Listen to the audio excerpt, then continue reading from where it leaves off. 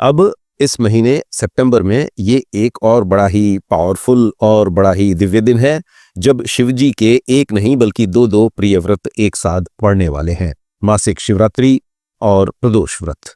Naturally ये कोई मामूली दिन नहीं है, ये दिन है महादेव का, भोलेनाथ का, और ये उनका आशीर्वाद पाने की एक गोल्डन अपॉर्चुनिटी है। जरा सोचिए, मासिक शिवरात्रि यानी शिव और शक्ति के मिलन की रात्रि, और प्रदोष व्रत यानी कि वो समय जब भगवान शिव कैलाश पर्वत पर आनंद तांडव करते हैं और सबसे प्रसन्न मूड में होते हैं। यदि ये दोनों व्रत एक ही दिन आ जाएं, तो उस दिन की एनर्जी, उस दिन के वाइब्रेशंस 1000 गुना बढ़ जाते हैं। मासिक शिवरात्रि का व्रत जीवन में पीस और प्रॉस्पेरिटी और स्पिरिचुअल ग्रोथ के लिए रखा जाता है। और प्रदोष व्रत के बारे में तो कहा जाता है कि इस समय शिवजी इतने खुश होते हैं कि यदि कोई भक्त सच्ची श्रद्धा से उनसे कुछ भी मांग ले तो उसकी हर मनोकामना पूरी की जाती है। तो ये दिन सिर्फ मांगने का ही नहीं है, ये दिन महादेव की एनर्जी के साथ जुड़ने का दिन है, अपने अंदर के शिव तत्व को जगाने का दिन है। अब ट्रेडिशनली लोग इस व्रत को रखने के लिए सुबह सवेरे उठते हैं, नहाते हैं, शिव मंदिर जाते हैं, शिवलिंग पर जल चढ़ाते हैं, दूध और बेल पत्र चढ़ाते हैं। कई लोग मंत्रोच्चार करते हैं, पूरे दिन ओम नमः शिवाय का जाप करते हैं और दिन भर का उपवास भी रखते हैं, जिसमें ज्यादातर लोग फलाहार या कुट्टू या साबूदाना इस तरह की चीजें खाते हैं। शाम को प्रदोष काल में यानी सूरज ढलने के ठीक बाद के समय में फिर से शिव जी की पूजा की जाती है और उसी पूजा के बाद प्रसाद से व्रत खोला जाता है। ये सब बहुत ही खूबसूरत ट्रेडिशंस है और हमें इन्हें रिस्पेक्ट करना ही चाहिए। लेकिन एक साइंटिफिक फास्टिंग स्ट्रेटेजिस्ट होने के नाते मेरा काम आपको ये बताना है कि यदि हम इस ट्रेडिशन में एक छोटा सा पावरफुल ट्वीक कर पाएं तो हम इस व्रत के स्पिरिचुअल बेनिफिट्स के अलावा फिजिकल और हेल्थ बेनिफिट्स भी प्राप्त कर सकते हैं। तो इस मासिक शिवरात्रि के अवसर पर मैं आपको इनवाइट करता हूं, निमंत्रण देता हूं महादेव के लिए एक सच्ची तपस्या करने के लिए। इस बार फलाहार की जगह आप वाटर ओनली फास्टिंग ट्राई करके देखिए। पूरे दिन सिर्फ पानी पीजिए और यदि बहुत ज्यादा तलब लगे तो बिना चीनी, बिना दूध की ब्लैक टी या ग्रीन टी से काम चलाइए, बस, और कुछ नहीं। याद रखिए कि इस तरह का सेल्फ कंट्रोल और इस तरह का डिसिप्लिन भगवान शिव को सबसे ज्यादा पसंद है। तो अब यदि आप इस डीप फास्ट के लिए तैयार हैं तो कुछ जरूरी बातें याद रखिए।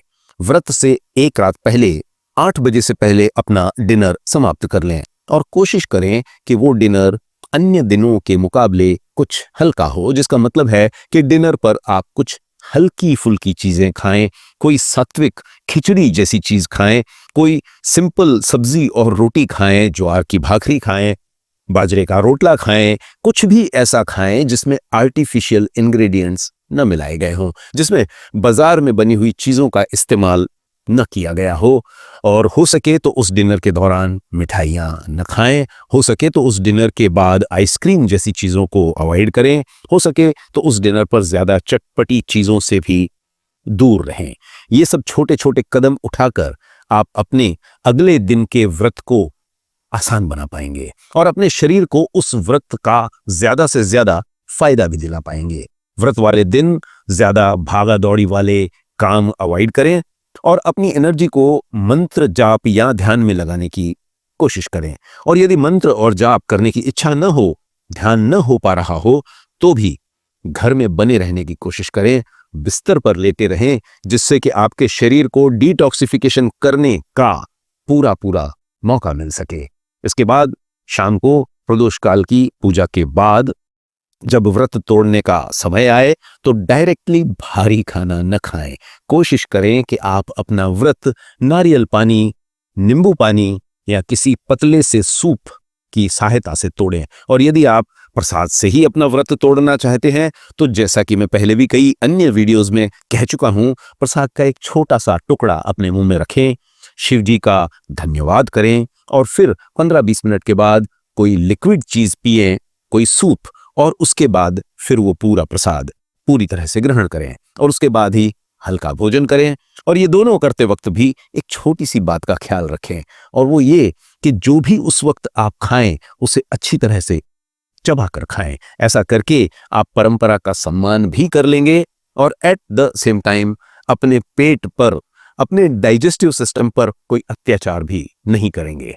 अब इस तरह के वाटर फास्ट का सबसे बड़ा हेल्थ बेनिफिट क्या है, ये सवाल आ सकता है। और इसका सबसे बड़ा बेनिफिट है सेल्यूलर रिपेयर, यानी आपके बॉडी के सेल्स की डीप क्लीनिंग और सर्विसिंग। जब आप अपने शरीर को 18-20 घंटे तक लगातार भूखा रखते हैं तो वो अपनी ऊर्जा खाने पचाने की जगह शरीर के अंदर की गंदगी को, मरे हुए सेल्स को और जमा हुए टॉक्सिन्स को रिसाइकल करने में लगाता है। इस प्रोसेस को कहा जाता है ऑटोफेजी। ये आपके शरीर का सेल्फ हीलिंग मोड है। ये ठीक वैसा ही है जैसे शिव जी सृष्टि से सारी पुरानी और बेकार चीजों का संहार करते हैं ताकि नई और अच्छी चीजें जन्म ले सकें।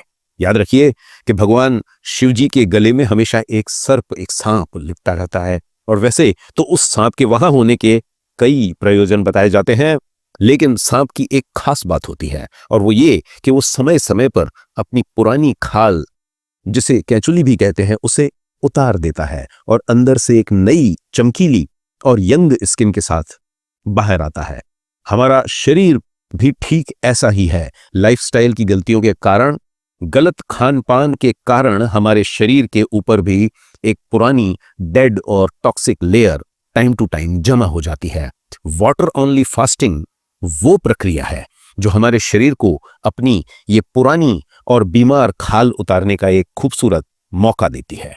और व्रत के बाद जब आप अपने शरीर को फील करते हैं, महसूस करते हैं, तो आप अंदर से रिन्यूड, रिजुविनेटेड और एनर्जेटिक महसूस करते हैं, शिवजी के उस सांप की तरह जो अपनी पुरानी कैंचुली उतार चुका होता है। तो इस मासिक शिवरात्रि के अवसर पर आइए हम महादेव जी से सिर्फ बाहर की चीजें न मांगें, एक्सटर्नल प्लेजर्स न मांगें, बल्कि उनसे शक्ति मांगें, दृढ़ निश्चय मांगें, आत्मविश्वास मांगें, जिन सब की सहायता से हम अपने अंदर की बुराइयों को, अपनी पुरानी आदतों को और अपने शरीर में जमा गंदगी को डिस्ट्रॉय कर सकें और एक नई हेल्दी और एक पॉजिटिव लाइफ की शुरुआत कर सकें। अब मेरे लिए ये सब बातें कहना आसान है, लेकिन ये उपवास रखना आपको है। और ये वीडियो यहां तक देखने के बाद यदि आपको इस तरह से व्रत रखने में कोई कठिनाई महसूस होती है तो आप कमेंट बॉक्स में कमेंट करके अपने सवाल मुझसे पूछ सकते हैं और मैं आपकी हर शंका को दूर करने की कोशिश करूंगा। और अंत में एक बात और वो ये कि आज यहाँ जब मैं और आप बैठे बैठे ये सब बातें कर रहे हैं तो हमारे देश में ठीक इसी वक्त करोड़ों लोग किसी न किसी गंभीर बीमारी से जूझ रहे हैं। करोड़ों लोग अपना वजन कम करना चाहते हैं और ये उपवास इस तरह के लोगों के लिए वरदान साबित हो सकता है। और इसीलिए यदि आपको लगता है कि ये वीडियो आपके किसी परिचित व्यक्ति की इस तरह की मुश्किलों को आसान करने में उसकी कोई सहायता कर सकता है तो इस वीडियो को उस व्यक्ति तक पहुंचाने का माध्यम बने।